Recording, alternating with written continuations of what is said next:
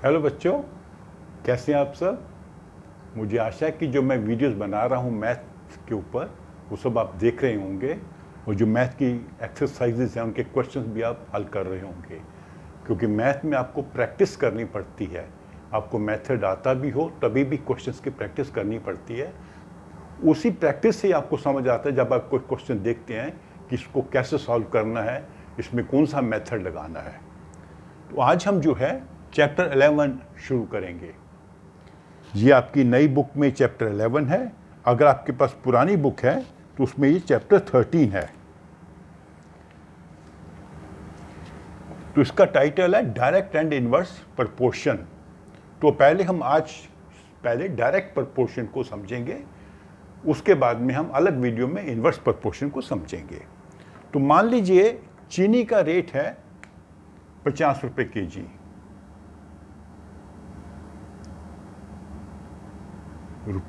₹50 पर केजी।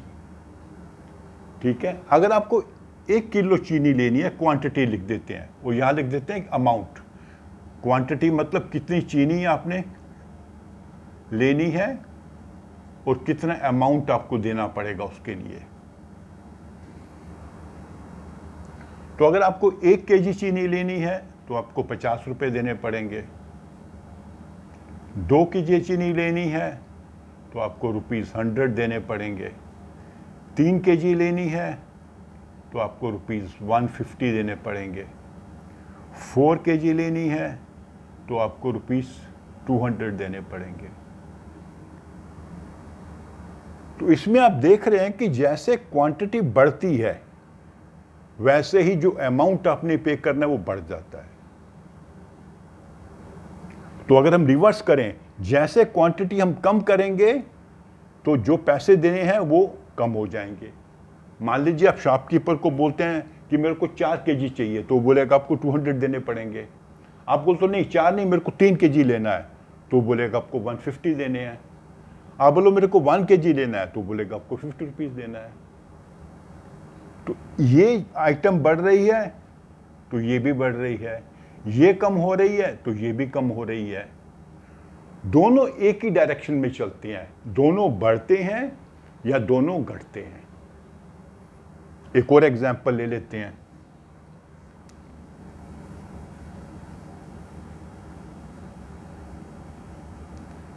मान लीजिए एक आदमी पार्क में वॉक कर रहा है, वो 10 मिनट्स में 1 किलोमीटर वॉक करता है। तो अगर वो 10 मिनट्स चलेगा तो कितना डिस्टेंस कवर कर लेगा? 1 किलोमीटर। अगर वो 20 मिनट्स चलेगा तो वो 2 किलोमीटर कवर कर लेगा। अगर वो 30 मिनट्स चलता है तो 3 किलोमीटर कवर कर लेगा। 40 मिनट्स चल रहा है, ये मिनट्स हैं और ये किलोमीटर्स हैं, वो 4 किलोमीटर कवर कर लेगा। यहाँ भी देखिए, जैसे जैसे हमारा टाइम ऑफ वॉकिंग बढ़ रहा है तो हमारा डिस्टेंस भी बढ़ रहा है। मतलब दोनों सेम डायरेक्शन में चल रहे हैं, या तो बढ़ रहे हैं या घट रहे हैं। अगर कम चलते हैं, 40 के बदले हम 30 मिनट चलते हैं तो हम 3 किलोमीटर चलेंगे। 20 मिनट चलते हैं तो 2 किलोमीटर चलेंगे। सिर्फ 10 मिनट चलते हैं तो 1 किलोमीटर चलेंगे। तो इसमें भी यही है, ये बढ़ेगा तो ये भी बढ़ेगा, ये घटेगा तो ये भी घटेगा। ठीक है नहीं? और एग्जाम्पल ले लेते हैं। मान लीजिए एक स्कूल में उन्होंने डिसाइड किया है कि एक रूम में सिर्फ 25 बच्चों को बैठाएंगे। आपने देखा ना, स्कूल में कई बार 40 बच्चे होते हैं, कई बार 50 होते हैं। तो लेकिन एक स्कूल ने डिसाइड किया कि एक रूम में 25 बच्चे होंगे। तो जब उनके पास 25 स्टूडेंट होंगे तो उनको एक रूम चाहिए। अगर 50 स्टूडेंट हो जाएंगे तो उन्हें 2 रूम चाहिए। अगर उनके 100 स्टूडेंट्स हो जाएंगे तो उन्हें 4 रूम चाहिए। अगर उनके 200 स्टूडेंट्स हो जाएंगे तो उनको 8 रूम चाहिए। तो यहाँ भी स्टूडेंट्स की संख्या बढ़ेगी तो रूम्स की संख्या बढ़ेगी। अगर कम हो जाता है, मान लीजिए अगले साल कुछ बच्चे चले जाते हैं, 100 बच्चे चले जाते हैं, तो अब उनको सिर्फ 100 स्टूडेंट्स हैं तो उनको 4 रूम चाहिए, कम हो जाएगा। ये कम होगा तो ये भी कम हो जाएगा। तो ऐसे क्वांटिटीज जो एक साथ बढ़ती हैं या एक साथ घटती हैं, उन्हें कहते हैं they are directly proportional to each other. उनका डायरेक्ट प्रोपोर्शन है, दोनों एक साथ बढ़ेंगी या दोनों एक साथ घटेंगी। ठीक है, इसमें हम एक रेशियो भी बना सकते हैं। मैं आपको ऐसे ही दे देता हूं एग्जांपल, x और y। ठीक है, मान लीजिए x है 40 तो ये है 20, x है 30 तो ये है 15, x है 20 तो ये है 10, x है 10 तो ये है 5। मतलब ये 10 से 20 जाएगा तो ये बढ़ जाएगा, 20 से 30 जाएगा ये भी बढ़ जाएगा, ये बढ़ेगा तो यहां भी बढ़ेगा, कम होगा तो दोनों कम हो जाएंगे।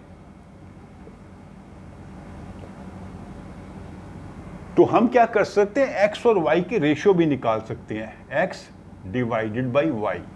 x डिवाइडेड बाई y क्या होगा यहाँ पे 40/20 2, यहाँ पे 30/15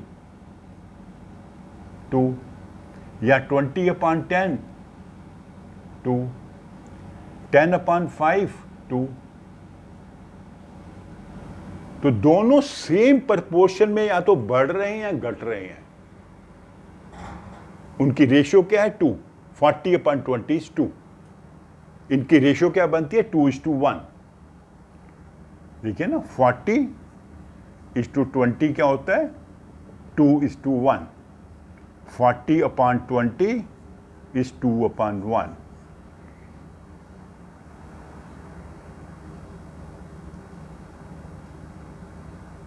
ठीक है, तो जब डायरेक्ट प्रोपोर्शन में दो क्वांटिटीज बढ़ती हैं या घटती हैं तो उनका आपस में एक रिलेशनशिप होता है। वो रिलेशनशिप हम निकाल सकते हैं इस प्रोपोर्शन से। तो अगर मान लीजिए ये 80 होगा तो ये हम कैलकुलेट कर सकते हैं इस रेशियो से कि ये 40 होगा। ये अगर होगा मान लीजिए 24 तो ये होगा 12, क्योंकि दोनों में रेशियो 2 होनी चाहिए। तो आप ऐसे कैलकुलेट भी, अगर आपको रेशियो पता लग जाए तो आप कैलकुलेट भी कर सकते हो। ठीक है,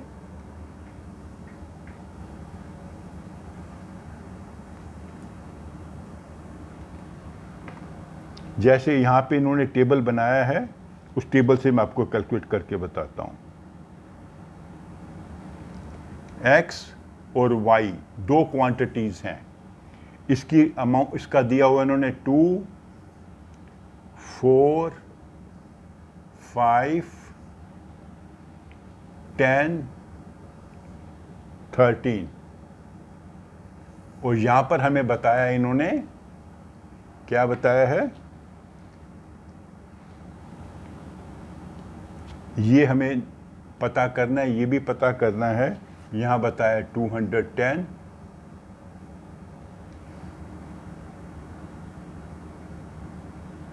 ठीक है। तो अभी क्या करेंगे, हम रेशियो यहां से निकालेंगे। 210/5 क्या बनेगा, 5 42। ठीक है, तो ये रेशियो भी होनी चाहिए हमारी क्या 42। ये मान लेते हैं हम x है, नहीं x नहीं करते, इसको कर देते हैं y1। तो y1/2 is 42। तो y1 की वैल्यू क्या निकलेगी, 42 × 2 84। तो यहाँ पे आएगा 84। ठीक है, इसको मान लेते हैं y2। तो इसको y2 को हम 4 से डिवाइड करेंगे तो वो होना चाहिए 42, क्योंकि इन दोनों की रेशियो हमेशा 42 है। ये हमने यहां से पता की। तो y हो गया 42 × 4 168, यहां पे आएगा 168, और यहां पे कितना आएगा 420, और यहां पे कितना आएगा 13 दूनी 26, 2 13 चौक 52 तो 546। तो हमें एक ये दो रिलेशनशिप है एक्स और वाई, ये डायरेक्ट प्रोपोर्शन में है, और हमें एक जगह रिलेशनशिप बताई गई है कि अगर ये 5 है तो ये 210 है। तो हमने इसकी रिलेशनशिप क्या बना ली, 210/5। ये किसके बराबर होगा, इसके भी ये होगा। मान लीजिए y1 हमने किया था y1/2 और ये था y2। ऐसे दोबारा करके बताता हूं आपको।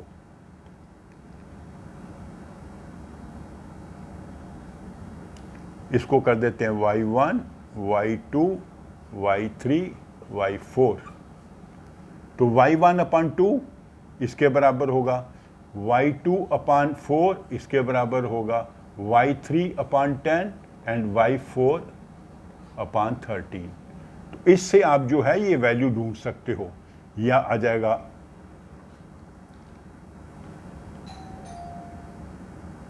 यहां पे आ जाएगा 84, ठीक है, यहाँ पे आ जाएगा 168, यहाँ पे आ जाएगा 420 और यहाँ पे आ जाएगा 546।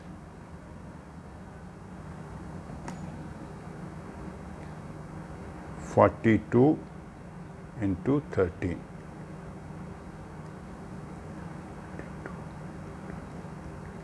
546। तो जब आपको डायरेक्ट रिलेशनशिप बताया गया हो दो क्वांटिटीज के बीच में, आप क्या करेंगे, उनकी रेशियो निकाल लेंगे। उस रेशियो से आप बाकी जो अननोन क्वांटिटीज हैं उनको आप पता कर सकते हैं। ठीक है,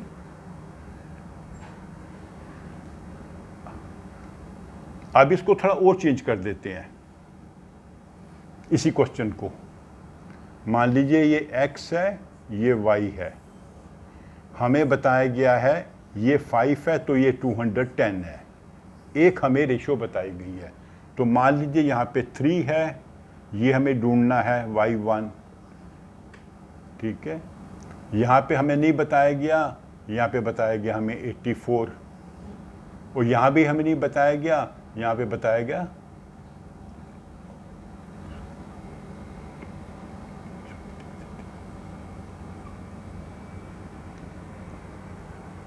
ठीक है।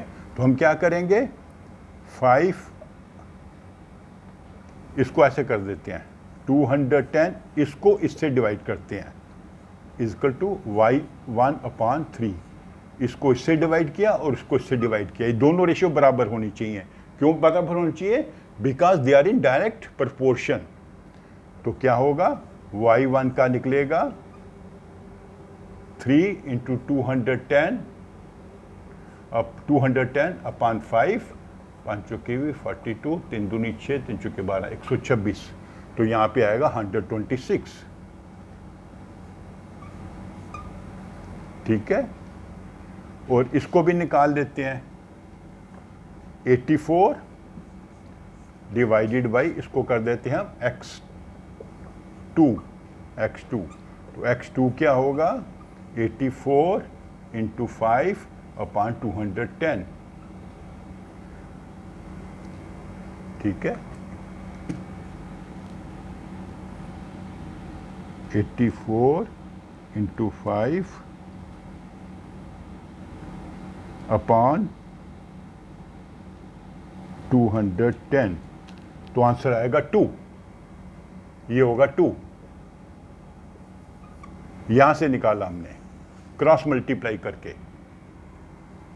ऐसे इसको भी निकाल देंगे,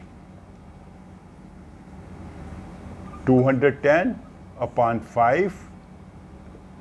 इसको भी अब ये नोन क्वांटिटी इसको भी यूज कर सकते हैं, इसको भी यूज कर सकते हैं। इस 336 अपान इसको कर देते हैं x3। तो क्रॉस मल्टीप्लाई करेंगे, x3 = 336 × 5/210। तो उसको कैलकुलेट कर लेते हैं, 336 × 5/210 210, इसकी वैल्यू आ गई 8, तो ये होना चाहिए 8। तो आपको समझ आ रहा है, अगर हमें दो क्वांटिटीज के बारे में पता लग जाए कि वो डायरेक्ट प्रोपोर्शन में हैं, मतलब दोनों एक साथ बढ़ती हैं और एक साथ घटती हैं, तो उनकी हम रेशियो निकाल सकते हैं। हमारे को ये इंफॉर्मेशन दी हुई थी, यहाँ से हमने रेशियो निकाल दी। रेशियो आप कैसे भी निकाल सकते हैं, ऐसे भी निकाल सकते हैं, ये बनेगा 1/42, या ऐसे भी निकाल सकते हैं। आपने रेशियो प्रोपोर्शन सीखा हुआ है ना, 42/1।